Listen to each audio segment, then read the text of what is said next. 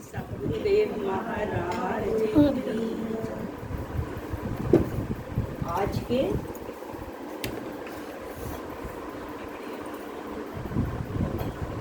गीता का कुछ थोड़ा सा भाग जिसमें योग भ्रष्ट के बारे में बताया गया कि योग भ्रष्ट कौन है। कई बार व्यक्ति सारी उम्र परमात्मा का नाम स्मरण करता रहता है, बिल्कुल नहीं छूटता, लेकिन अंत समय में न जाने किस कारण वो ये कहता है माला जपने को दिल नहीं करता, बहुत जप लिया। हम उसे योग भ्रष्ट कहते हैं। जो सारे समय में एक क्षण भी परमात्मा से विमुख नहीं हुआ और अंत में आके वो ये कह दे कि बस भगवान का नाम नहीं लेना, खाली है, उसे आप योग भ्रष्ट कहते हैं। लेकिन भगवान श्री कृष्ण ये कहते हैं कि किसी का कल्याण के मार्ग में किया हुआ थोड़ा सा भी जो कुछ है वो कभी व्यर्थ नहीं जाता। कि जो जितने समय के लिए परमात्मा के सम्मुख वो हुआ वो व्यर्थ नहीं जाता। जितने समय में हमने अपने कर्मों को अकर्म बनाया, यज्ञ बनाया, कर्म और यज्ञ एक ही बात है कि हमारा जो कर्म जिसमें दूसरों के सुख चुके हुए हैं उसे अकर्म कहा गया है, यज्ञ। तो वो कहा गया है कि वो व्यक्ति लास्ट में आकर अगर उसका छूट जाता है उसे योग भ्रष्ट है।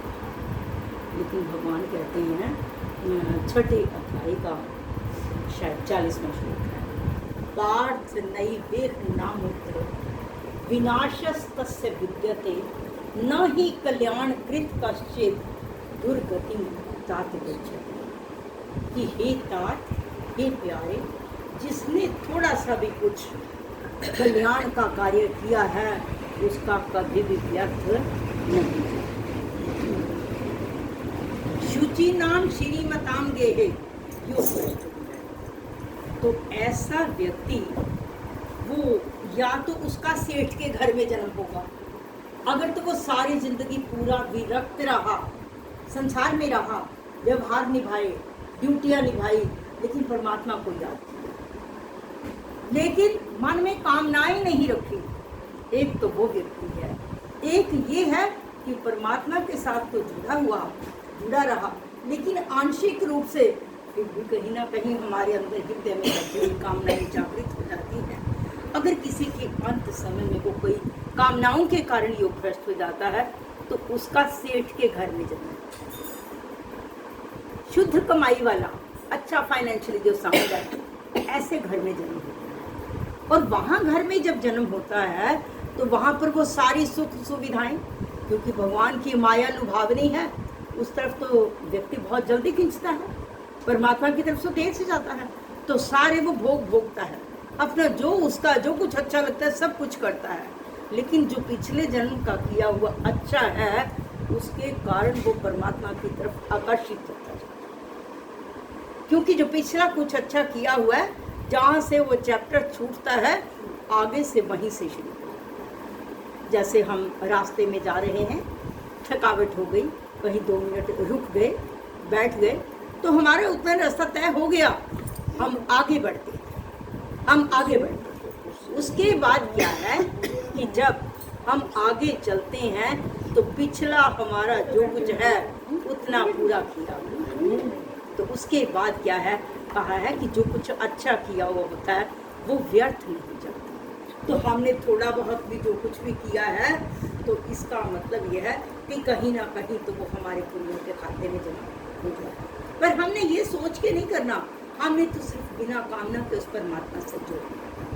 और दूसरा कहा है कि जो व्यक्ति सारी जिंदगी टोटली विरक्त रहा, संसार में रहा, लेकिन संसार में रहने के बावजूद क्या है कि वो व्यक्ति उन कामनाओं में नहीं फंसा, संसार में नहीं उलझा, ऐसा विरक्त व्यक्ति जो है जब वो लास्ट में किसी कारण से योग भ्रष्ट हो जाता है तो उसका घर सन्यासियों के घर में होता है।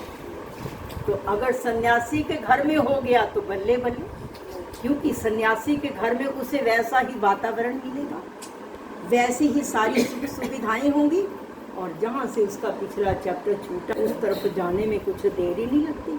कई बार हम सुनते हैं 3-4 साल के बच्चों को कितने कितने श्लोक याद होते हैं। इसका मतलब कि पिछला कुछ अच्छा किया। और हमें सिर्फ ये देखना है, अब ये तो पता नहीं किस कारण से वो योग भ्रष्ट हो गया, योगी तो हो गया, योगी तो हो गया, लेकिन भगवान अर्जुन से कहते हैं कि तपस्वियों से भी योगी श्रेष्ठ है, ज्ञानियों से भी योगी श्रेष्ठ है, कर्मियों से भी योगी श्रेष्ठ है।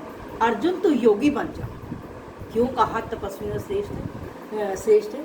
कि जो तपस्वी हैं वो कई बार चारों तरफ आग जला ली, बीच में तप करने लगे, कुछ हमें कुछ ना कुछ मिलेगा, मन में कामना है, वो तपस्वी कहा है, लेकिन आंशिक कामना है बीच में, हमारा होना नहीं चाहिए। तभी कहा है कि तू योगी बन जा, उनसे अच्छा है। फिर कहा है ज्ञानी, कुछ इंसान सीख लेता है, कुछ सीखता है, कुछ किसी को सिखाता है, लेकिन उसके बाद इंसान सोचता है कि कहीं लार्ज स्केल पर उसको इनकम का साधन बना ले। ज्ञानी होते हुए भी जीवन यापन के लिए बहुत सी दुनिया करती है, तो लेकिन कहा है कि वो उस ऐसे ज्ञानियों से कि जो कामना को रखकर कर्म करने वाले हैं, उनसे भी योगी श्रेष्ठ है। फिर है कर्मी, जो कर्मी भी है, कर्म करके दूसरों के लिए करता भी है, लेकिन मन में भावना ऐसी होती है मुझे यश मिले, लोग मेरा यश गाएं, लोग मेरी पूजा करें।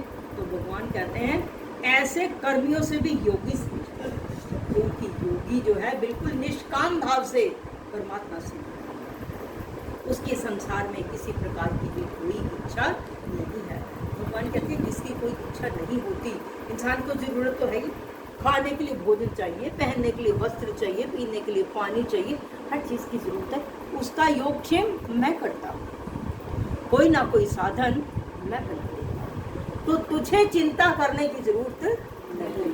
अर्जुन के माध्यम से हम सबको ये कहा गया है कि हम खाम में चिंता करते रहते हैं, पहले वो कर लूँ, पहले वो कर लूँ, भगवान को सेकेंडरी बना देते हैं। कि हम निस्वार्थ भाव से, निष्कामना से सुबह उठकर वो जो सारे संसार का मालिक है, जिसने सब कुछ दिया हुआ है, सबसे पहले उसका ध्यान रखें। अपने नित्य कर्मों को हम बाद में शुरू करें। तो जब हम मूल में सब कुछ परमात्मा को अर्पण करते हैं, तो फिर हम परमात्मा पर ही आश्रित हैं, हमारा सब कुछ ध्यान परमात्मा नहीं करना है, हमें किसी प्रकार की भी चिंता करने की कोई ज़रूरत नहीं है।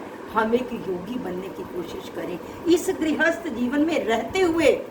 योगी ऐसा नहीं है कि जंगलों में जाके योगी बनते हैं। भगवान कहते हैं अगर आपने गृहस्थ में एंटर किया है तो आप अपने सहज कर्मों को करते हुए, अपनी ड्यूटियों को निभाते हुए, अपना व्यवहार पूर्ण करते हुए आप योगी का जीवन जिए। और हम सब कोशिश करें जीवन में योगी बनने की। बोल सच्चिदानंद भगवान की जय।